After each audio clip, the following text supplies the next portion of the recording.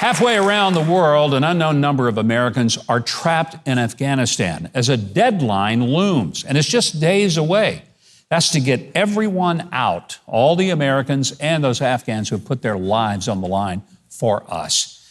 This is after a disastrous pullout that has left the country in chaos and in the hands of the terror group that American forces fought against for the last 20 years. More than a dozen U.S. service members are now dead, and that number could rise. My next guest is a 38-year Army veteran, a member of Congress serving Pennsylvania's 10th District. He says this is a total disgrace and a disservice to all who have served. Please welcome to the show, Congressman and retired Army Brigadier General Scott Perry. Congressman, I'm not sure whether to call you Congressman or General today because I want to talk to you in both roles, but I want to start with the General title today. This has been the most disturbing week I can remember, and I can go back to president since Eisenhower. I've never seen a president that looks so ill-prepared to make very critical decisions that are life and death.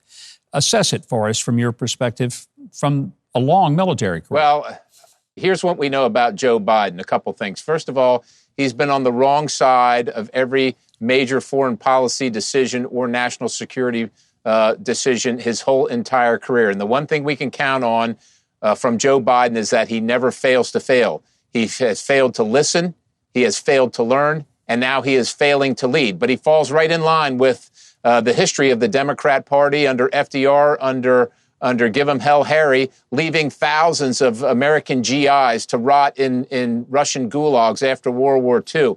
Now, these aren't GIs for the most part that we know of, but these are American citizens that are being abandoned behind enemy lines for the sake of a self-imposed, as you said it, a self-imposed deadline, which is not relevant to anything. What ought to be relevant here, Governor, as you know, and as American citizens know, is that American citizenship means something. It matters. And we don't leave any of our people behind ever. We never, ever do this.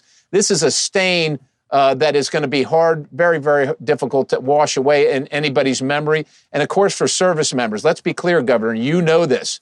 It's not the troops' fault. It's not the people that wear the boots that have caused this problem. This is all coming from the suits in Washington, D.C., the policymakers, and quite honestly, ever since Obama started destroying our military, the woke military leadership, I will tell you, there are many members of the military that I know that have left service because of this, and you're going to see a mass exodus after this. And of course, one of the great concerns that I have is we have lost 22 a day of our great service members to suicide. More members dying of suicide than died on the battlefield right now, Governor. And if you don't think that number is going to increase because of these decisions and watching, and these service members watching their own friends die on the battlefield, watching everything they sacrificed for in their military career being washed away by an inept, incompetent, uninformed, or just oblivious leader as the commander-in-chief, it is heartbreaking. It's actually almost indescribably bad. The bloodshed that we have seen from our service members, 13 of our own men killed this week in a bloody suicide bombing.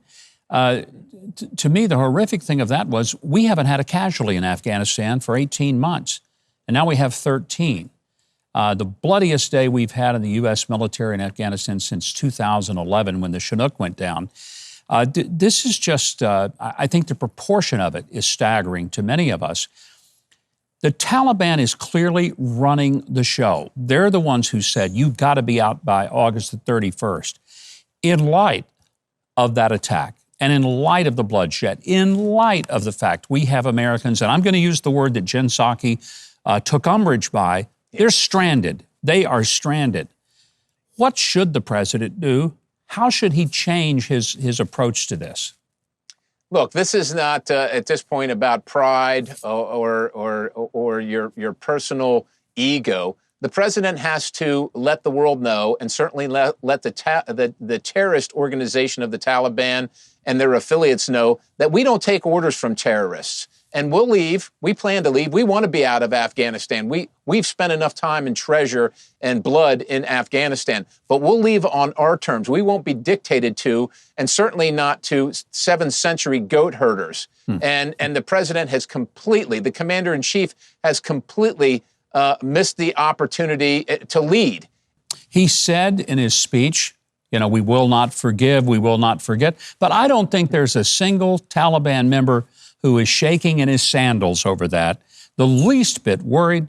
Our allies across the globe universally have condemned the manner in which we've handled this, and yet the president and his minions go out and say, the world leaders and the allies, they think we're doing a wonderful job out here. It's just not true. Are they lacking in self-awareness?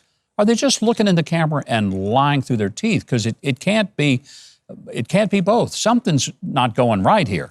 You're absolutely right, Governor. And I think what's hard for people to get their minds and their hearts wrapped around is the Democrat Party that you used to know that's not who Joe Biden belongs to. These are globalists. And so if a few American casualties have to be sustained to do this, well, that's the way it is. You can tell by how glib they are about the circumstances that we're in right now. They don't see it. This American citizenship is not something important to them. We are citizens of the globe. America is no better than Afghanistan, is no better than Russia, et cetera, et cetera, et cetera. So you have to think about a different mindset here, and people just really haven't gotten their minds wrapped around that.